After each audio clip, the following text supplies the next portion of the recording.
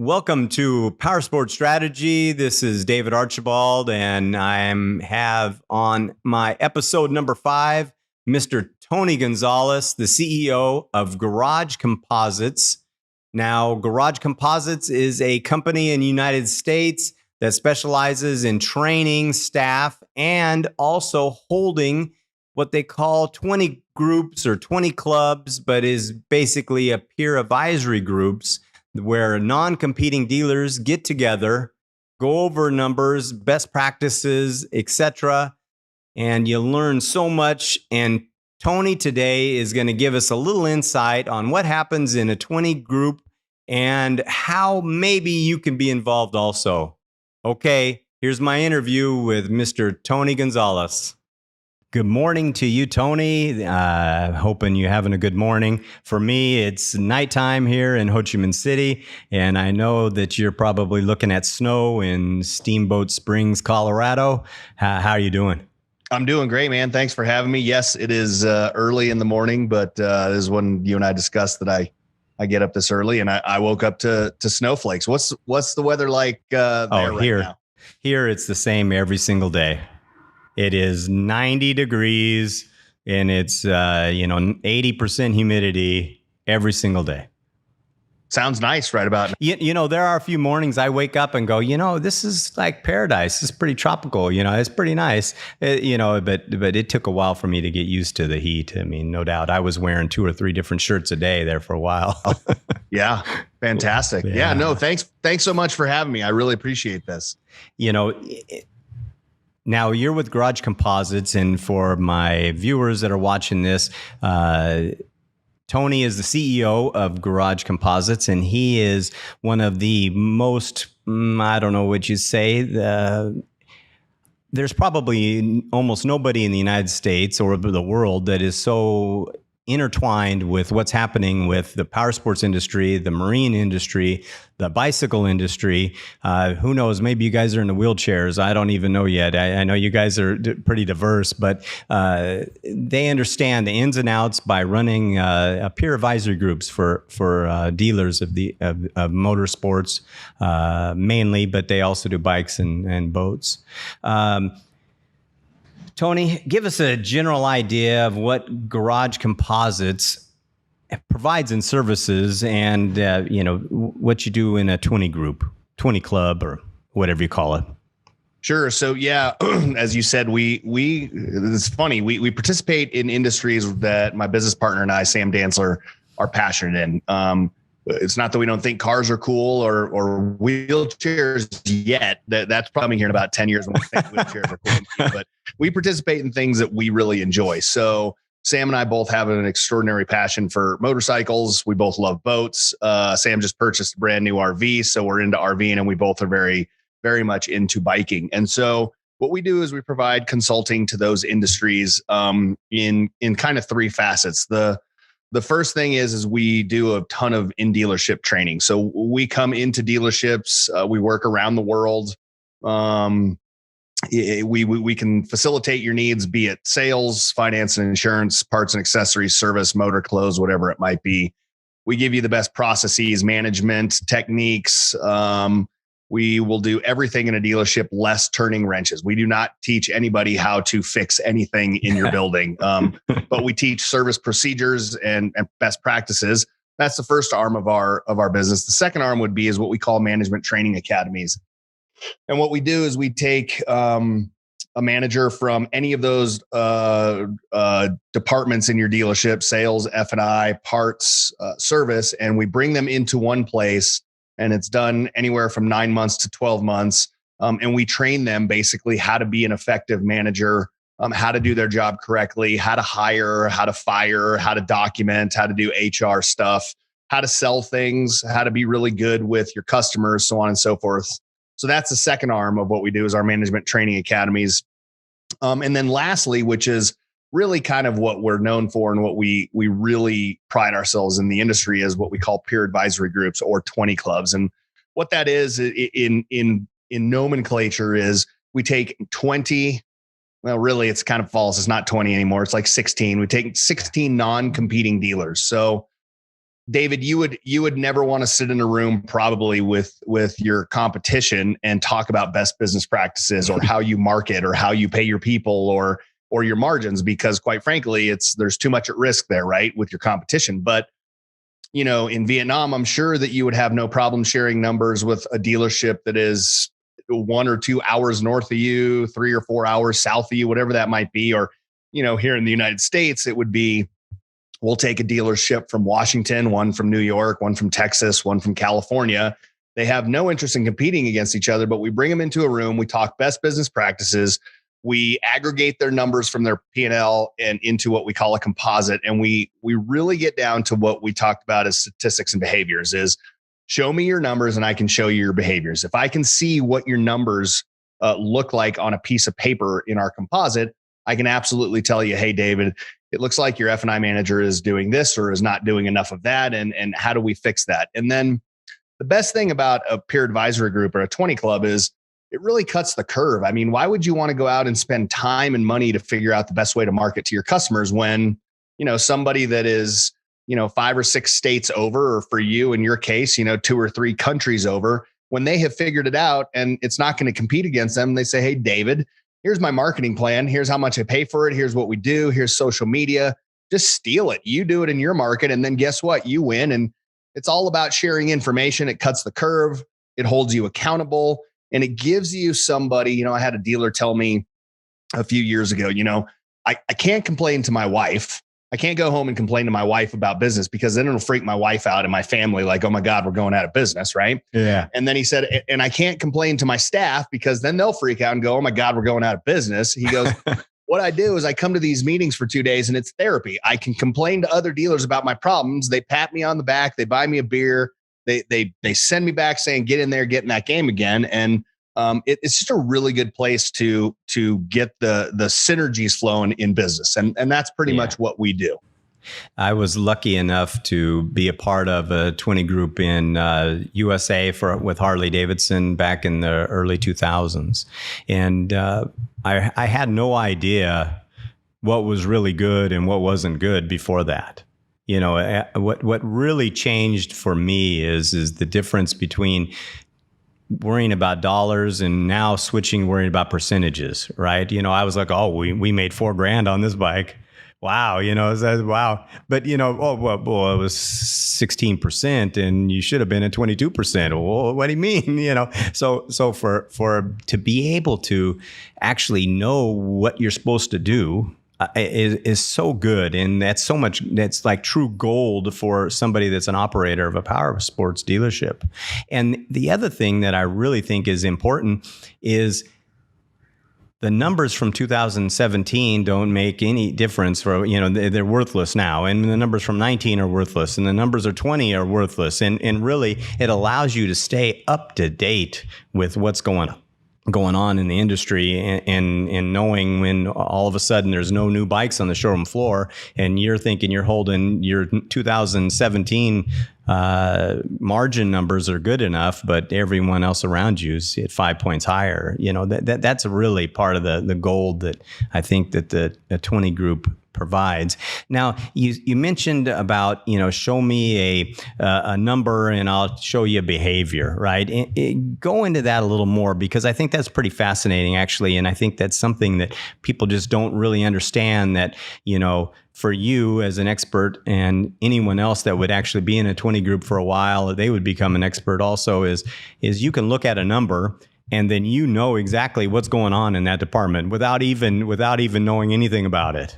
I'll give you a couple examples. Let me start right now with a huge hot button for Garage Composites and in the industry globally, which is digital traffic, right?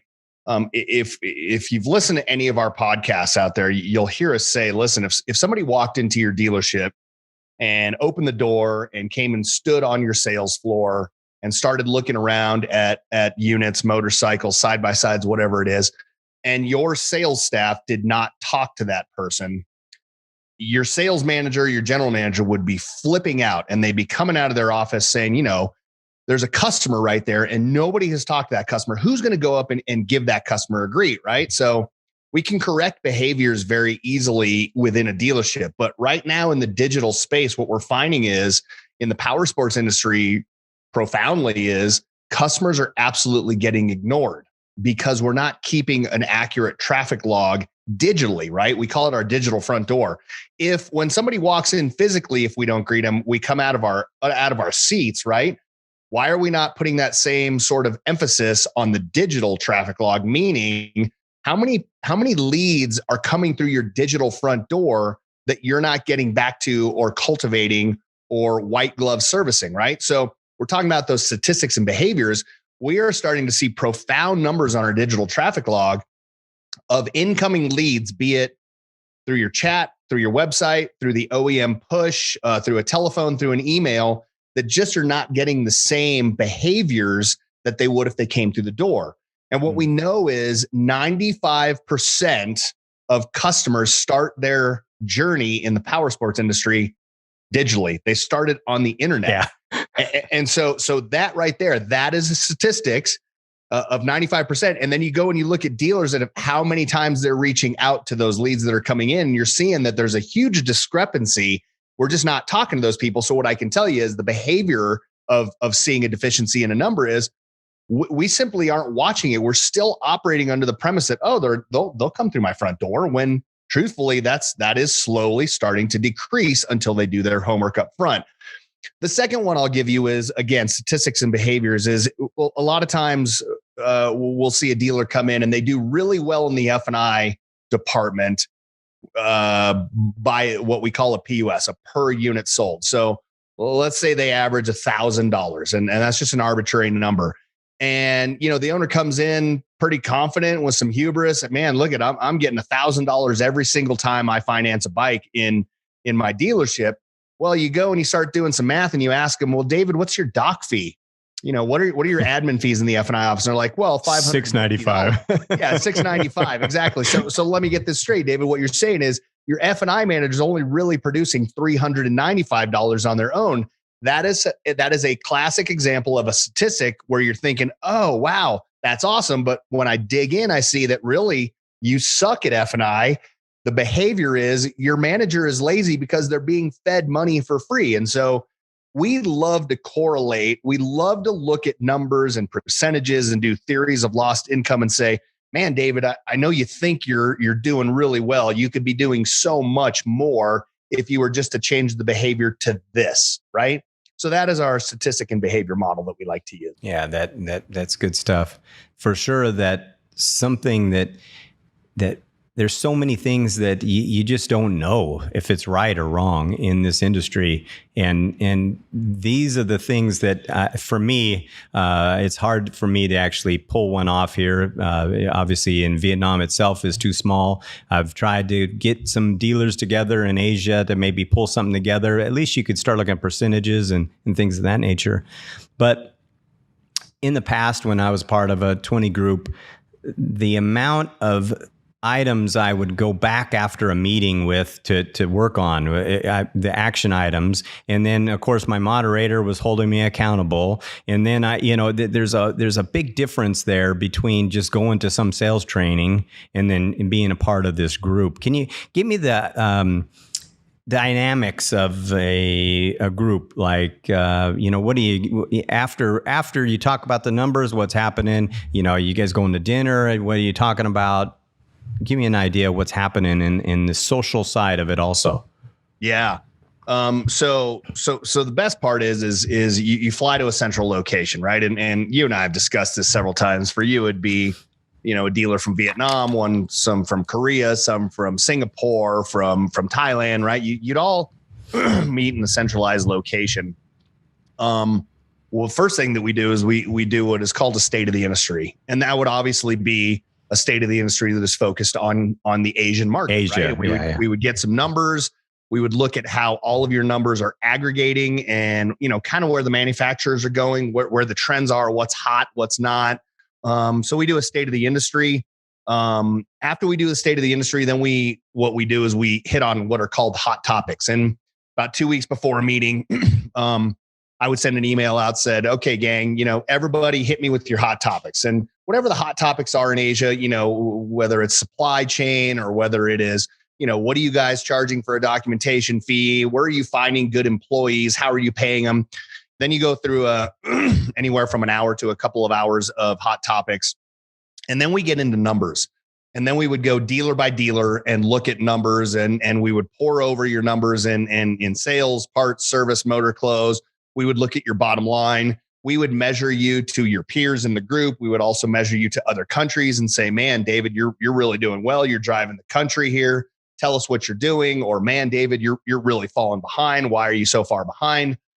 That is really the lion's share of what we do. And after day one, it's an 8 to 5 type of day for the most part. After day one, we all go to have a meal together. And really, if you talk to a lot of dealers, that is really where the problems of the world get solved. No doubt. Dinner over some coffee or over a beer. The moderator leaves. I make sure I eat and I go back to my hotel room because the dealers want to really scrum it up. They haven't seen each other in a while. And that's where, they stay up late drinking some libations and they really solve the problems. And then day two, we come back, we do the same thing. What I really want to impress upon anybody that is in your market right now that is listening to this is what we don't accept in our 20 clubs is I don't accept 2 days of complaining about manufacturers because we're never going to change a manufacturer, right? Can't Manufacturers have their own agenda.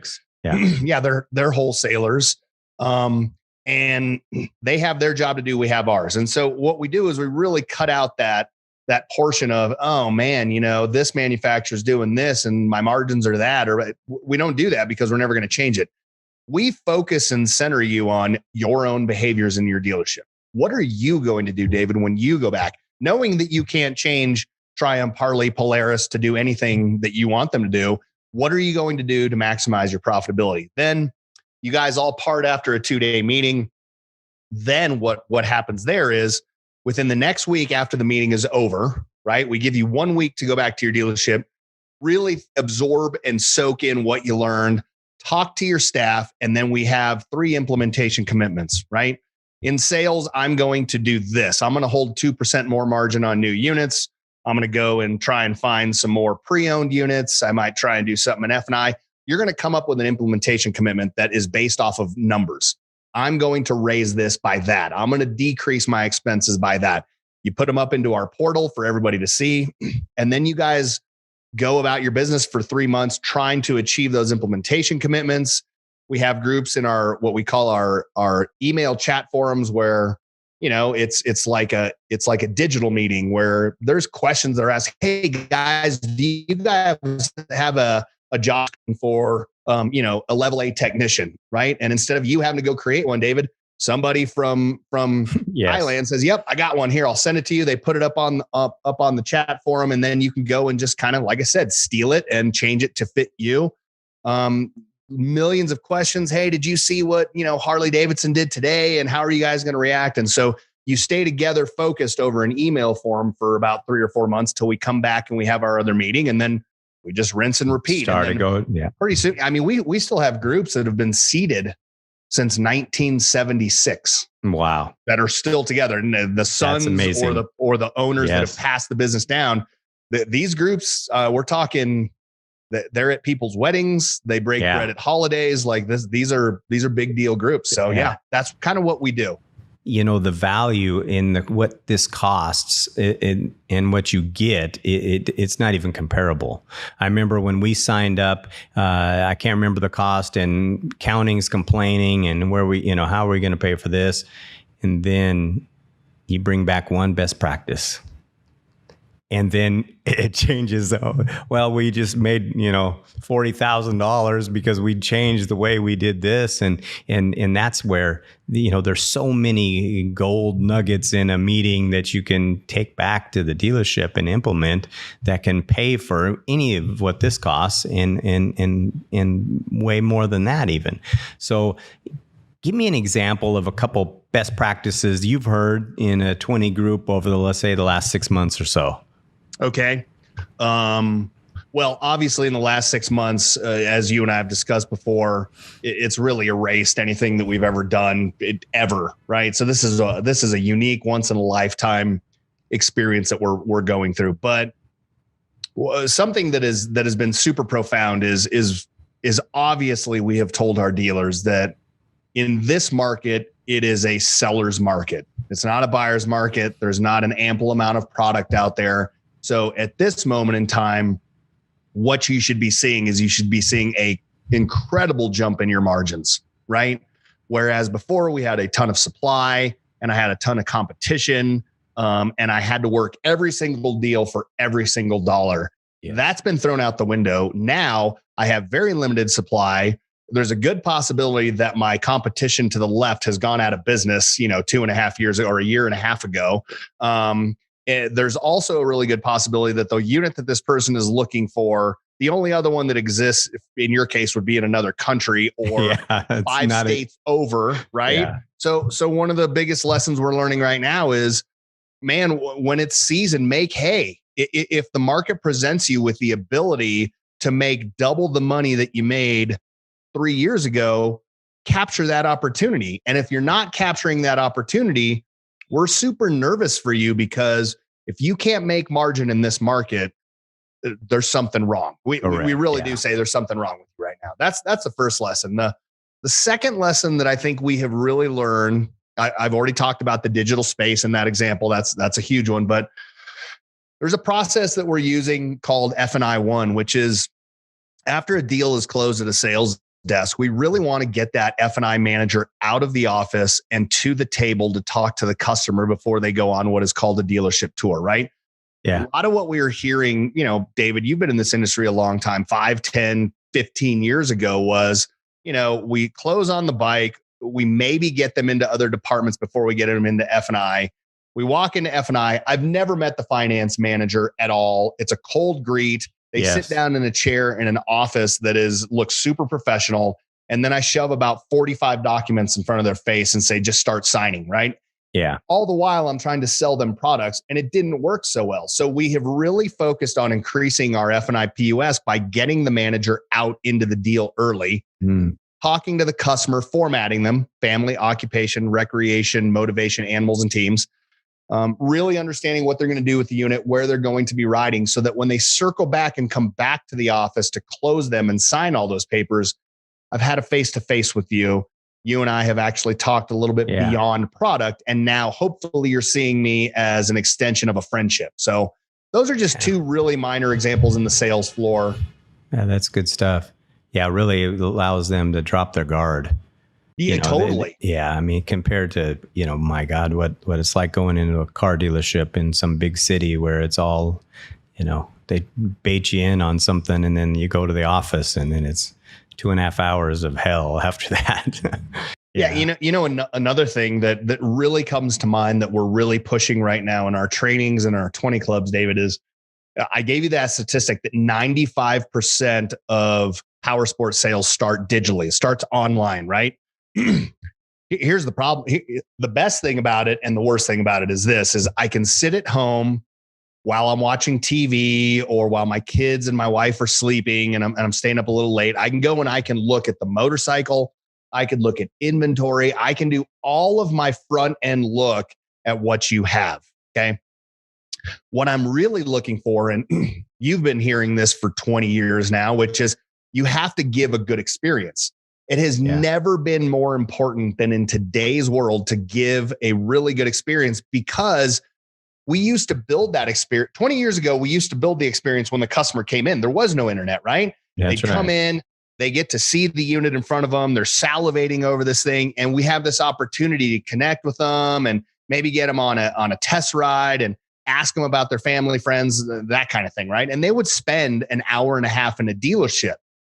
Customers coming in now, they're completely armed with all the nouns and numbers and particulars. They already know all that stuff. All they want to do is lay eyes on it, and they want to get the experience of tactile, touching, seeing a human being. And there has never been a more important time to focus on connect with the customer instantly. Because again, if they leave, they're just going to go to another place because they've already done all their homework. They're looking for a good experience. No doubt. Yeah, they're actually cheering you on. They hope you do it too. I mean, that the reality is like, oh, okay, I hope this goes good, and that's right. Well, that's good stuff, Tony, for sure. What was your first motorcycle when you were growing up? My first motorcycle, almost like, and the funny thing is, my business partner, Sam Dantzler, and I were talking about this. Almost everybody I talked to in my age demographic has the same one. It was a Z50R. Sure. Which was a Honda dirt bike, was like a lawnmower engine. And I remember riding that thing. And the story I've told my entire life to all the people I work with is the one thing I remember about that motorcycle was how absolutely fast it went. And I think it topped out at like 8 miles an hour. Sure, exactly. So it's funny, man, when you're that age. And to me, motorcycles have always been super fast. So what I consider fast today, a Kawasaki H2 feels like it is just as fast as my Z50R. But that's right. You know, when I'm 5 years old and it's going 8 miles an hour, that was screaming. That reminds me of, when the neighborhood kid pulls up on that bike and we would watch, well, can I ride it? Sure. And they take off on it and then they put their feet down to stop themselves. And man, that's just some good stuff there. That's awesome. What was yours? Oh, mine, my mom and dad wouldn't let me have a motorcycle for when I was a kid. It was more conservative. The neighbor kids were breaking arms and everything. My mom was not going to have any part of that. So for me, my first big bike was a VFR 800 Honda. Oh, yeah. Very nice. Yeah. So, I like that's a pretty easy bike to ride.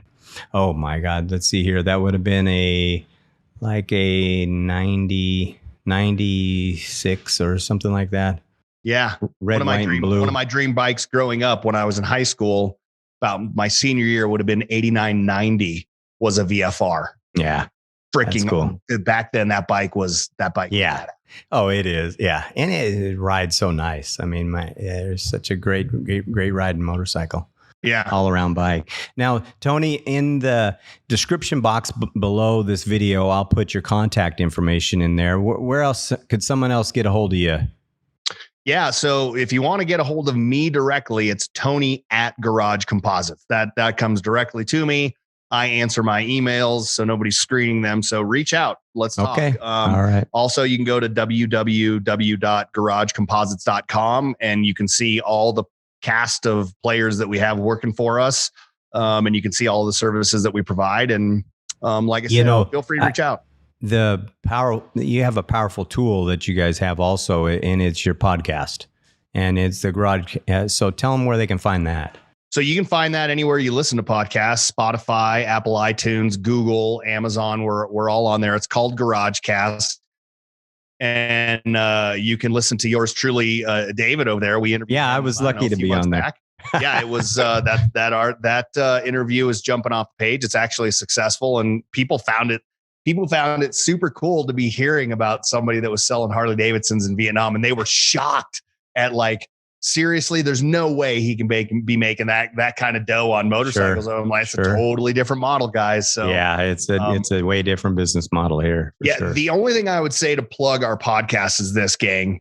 We don't try and sell you anything. When you listen to our podcast, it's listening to interesting people like David. We interview a lot of CEOs from Honda, Yamaha, Suzuki, Polaris, Indian. So you're listening to the people that are leading these companies. That's the other thing. The other thing that we do is on the podcast, we give you a myriad of free training. You will hear the things that we're telling our clients in 20 clubs or in dealership.